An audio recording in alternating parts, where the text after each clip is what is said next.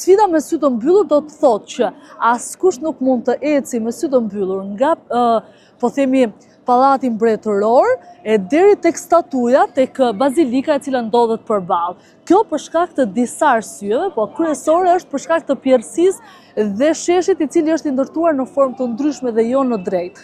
Dhe kjo sjell që nëse ti e bën këtë sfidë, me siguri do të biesh. Kështu thon legjendat e këtij sheshi kryesor, i cili është jo vetëm qendra e Napolit, ku në pjesën kryesore është Pallati Mbretëror, në atë prapa me është kisha apo bazilika potente, e cila duket sikur je në Panteon e je në Rom, por në fakt je në Napoli, e cila është pompoze dhe shumë dominante brenda sheshit. Kjo që në anën tjetër është teatri më i vjetër në botë dhe nga këtu më pas është një nga shëtitorët më të bukura të detit në Napoli.